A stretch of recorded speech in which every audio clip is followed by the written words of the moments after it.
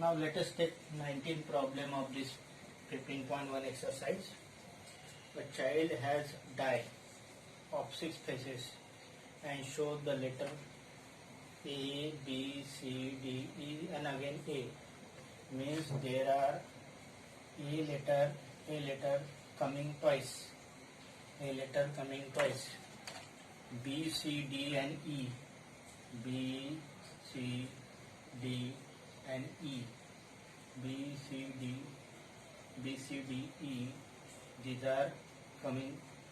B, C, D, E. These are coming only once. Means these are the 6 possibility. A coming twice. Means these are the two events, and one each means these are the 4 events. Now, what is question? The die is thrown once. What is the probability of getting A and probability of getting B? Now you know that total possible outcomes, total 6 faces. So number of total possible outcomes, number of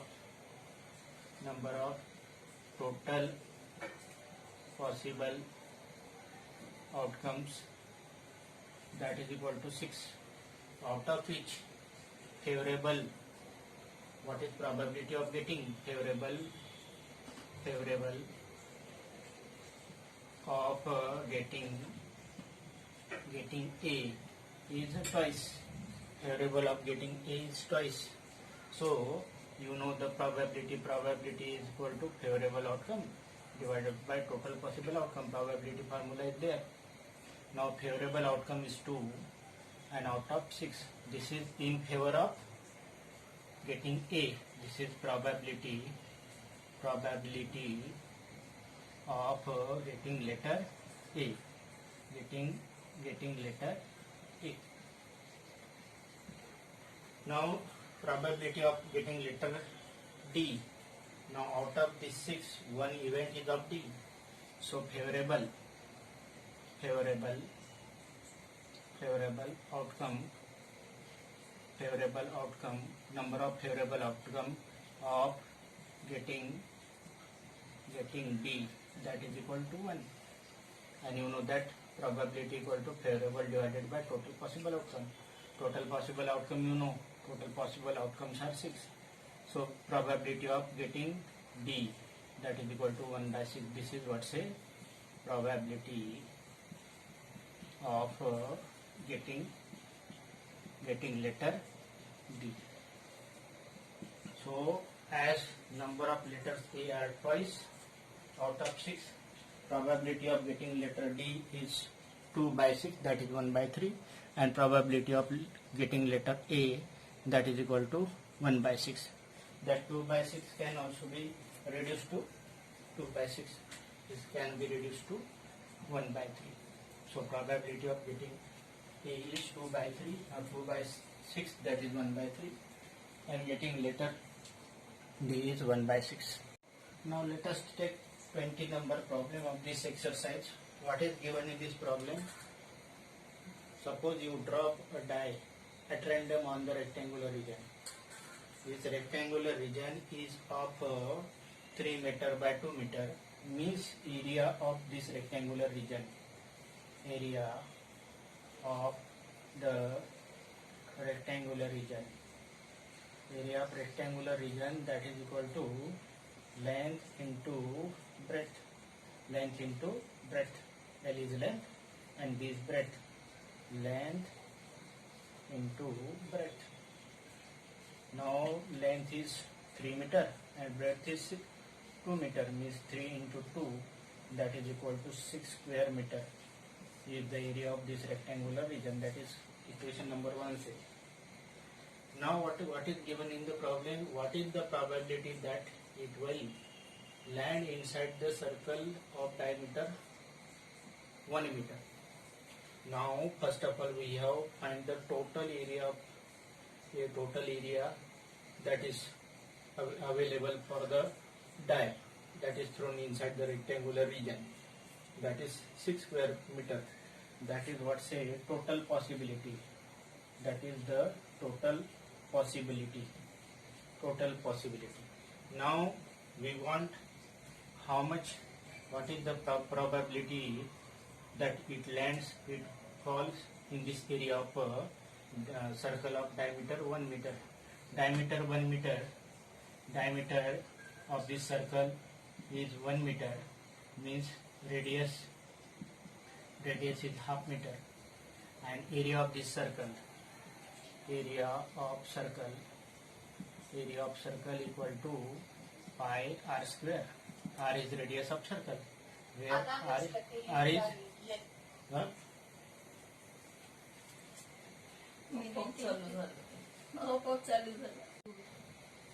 Where r is radius of this circle. So area of this circle equal to pi r square. R is radius of circle, that is pi. R is half square, that is equal to pi into 1 by 4, means pi divided by 4 square meter is the area of circle. This is second, and this is the favorable area. That is the favorable area, and that is total possible area, that is equal to 6 square meter. So favorable area and total possible area. So what is the probability that it land inside the circle of diameter 1 meter? So we have got the area of this circle, that is equal to pi by 4 square meter, and total area is 6 square meter. So probability, that is equal to favorable divided by total. Favorable is pi by 4, and it is divided by this 6, that is equal to pi by 4 multiplied by 1 by 6, that is equal to pi by 24. So pi by 24 is the probability that the die will fall inside the circle. Now let us take 23rd problem of this exercise. A game consisting of tossing 1 rupee coin thrice and noting its outcome each time. Hanif wins if all the tosses give the same result, that is 3 heads or 3 tails. Otherwise he loses. What is the probability that he will lose the game? So first of all, let us understand what happened when we toss the coin thrice. If we toss the coin thrice, then these are the 1, 2, 3, 4, 5, 6, 7 and 8 results are there.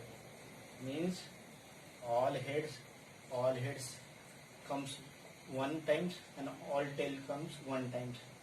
When one coin toss, then what happen? There are 2 outcomes, head or tail. There are 2 outcomes. When 2 coin toss, then there are 4 possible outcomes. First coin head, then 2 outcomes, head tail, tail head, tail tail. And when 3 coins toss, then what happen? There are these 8 possible outcomes. Out of these 8 possible outcomes, there are 2 outcomes which are in the favor of the Hanif.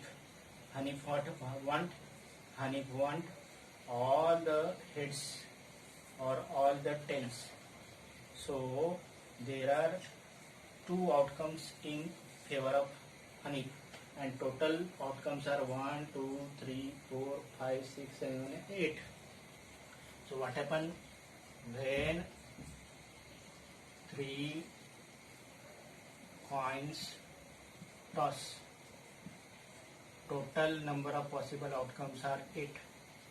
Total numbers of possible outcomes equal to 8, and possibility means the favorable outcome that both all 3, not both, all 3 coin shows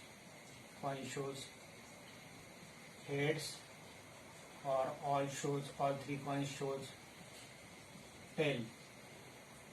These are head, and tail. These are the two outcomes. You know that probability equal to favorable divided by total possible.